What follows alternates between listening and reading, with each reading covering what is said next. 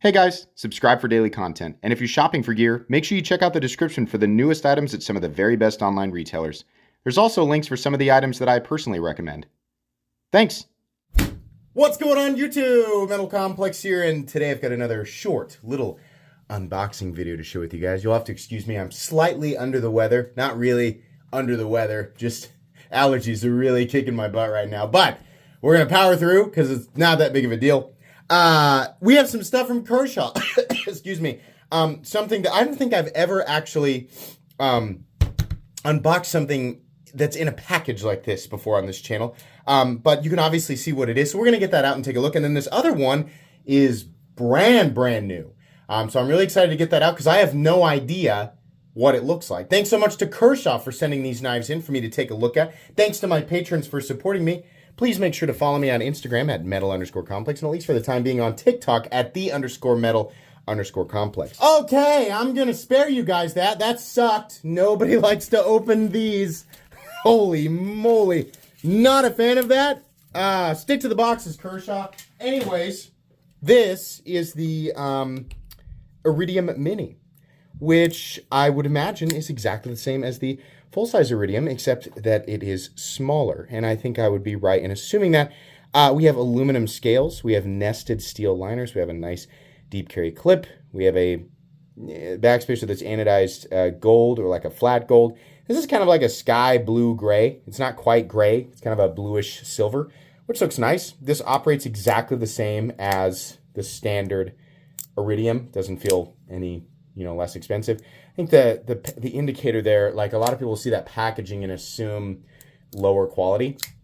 I see that packaging, knowing what I know about Kershaw now, of course, I've been familiar with Kershaw for probably 16 years, but experiencing a lot of their newer stuff and experiencing the quality evolution that they've gone through over the last few years, I know not to assume low quality because of that packaging. Personally, what I assume is exactly what you didn't see, which was incredible frustration getting it out of the packaging. Yikes, I hate that. The knife itself, though, really good. Yeah, it's exactly what I would have expected. D2 steel, aluminum. I would venture to guess this is going to be $45-50. I would hope so, right? So yeah, cool. Now, the much more exciting one is in this box here, and that's the new Launch 20. If you are not familiar with Kershaw's Launch series knives, these are USA-made automatic knives, and they are, if you are actually comparing the pricing up against real USA-made knives and not assembled in the USA or designed in the USA, which is where a lot of those companies trick people, Kershaw has the best USA, or some of the best USA pricing on earth, like period. Okay, Launch 20. We got, initially I was going to say it was on the skinnier side, but I don't. It's kind of like a skinny handle and a tall blade. We have almost like a raw, not quite raw, just like no anodizing whatsoever on the aluminum. And then maybe tumbled, maybe lightly tumbled. And then we have a carbon fiber inlay and what appears to be a satin finished blade. Yeah, okay. It's kind of like right in line with what I expect to see with Kershaw's Launch Series stuff, and MagnaCut, always really nice to see. So probably, judging by past Launch Series knives, and I don't think that this is their first in MagnaCut, which, by the way, if you're new, is a very, very expensive composition. I would still venture to guess that this is priced relatively well. Extremely competitive, once again, up against your true USA competition. I do like the design. I do like that the inlays are sort of nested into this. There's like a perimeter, right? There's still a little bit of flat on the scale going around the outside, goes around the button. The button kind of drips in or leaks into this bevel right here, which is kind of cool from a designy, perspective.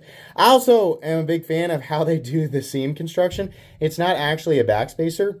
This is part of the individual scales, and it sort of meets together. And they found a nice way to just mill like this channel here and add a, excuse me, just a big, long, decorative oval, which looks good. They also found a way to integrate a lanyard bar, which is nice. It's funny that the lanyard bar is actually two pieces coming from either side of the scale. Is this, oh yeah, they did. You can mount the pocket clip for left or right-handed carry. As per usual, the power it's like identical to every single Launch Series knife. It's good, not quite as powerful as what I experienced with ProTech or especially not Microtech, but very good and definitely reliable. What I always check for is, can I hold the button and pull it back just a little bit? Will it spring into the open position? And the answer is yes, and that's all that matters. Because switchblades, right? Again, newer people, movies have taught you switchblade weapon, attack, right? Actually, in the modern knife world, an automatic knife is really just a knife that it grants you the convenience of pushing a button and deploying it. Same with automatic knives. Movies have taught people that, automatic OTF knives. Movies have taught people hold it up against a surface and push the button and it punctures, which of course is complete and total nonsense unless you're talking about one of those knives that actually fires the blade as a projectile, which is much more powerful than the knives we see on the higher low end of the automatic OTF, like the dual action automatic OTFs or single action automatic OTFs. While you still can definitely injure yourself, the purpose of those things is convenience and utility, right? Sometimes the marketing can get a little combat-y, right? But no, most of that is just fluff. Really, with automatic knives, it's just about pushing the button and it deploys, right? Now, you have to work against the coil spring in this case to get it back down into the closed position. But they don't really deploy any faster or in a more tactical way. It's really just about convenience, right? Many manual knives with flipper tabs or opening holes will open just as fast. So it really just kind of depends on what your preferences are. Automatic knives are fun. You push a button and the blade automatically deploys, and there's that sort of sense of, cool, right? It's just that cool factor. Kershaw delivers all of that, in a package that is, most of the time stylish, convenient, utilitarian. We have good cutting geometry. We have great materials. And the price points, while expensive, are very, very good when you look at real competition. And by real competition, I don't mean a $27 knife that you can find on Amazon, because it won't be the same thing. Yeah, these are great. I mean, that's the nice thing about Kershaw is now you don't have to spend a bunch of money with Kershaw in order to get something that is made really well. They've extended that, quality control to their less expensive Chinese products, which this is the less expensive one is absolutely made in China. In fact, I'm pretty sure it says it on the blade. Yeah, right there.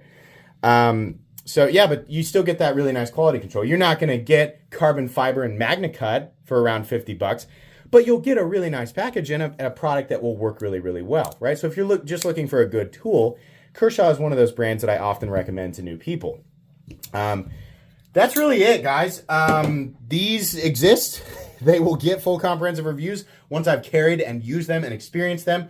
But you could probably guess, what that's it. These are pretty straightforward. There's nothing super new going on here outside of just the one being smaller than its, original design and the other one being the newest design in a line. So anyways, I'll link Kershaw knives down below. These two, the Launch Series knives, you guys can check them out if you want.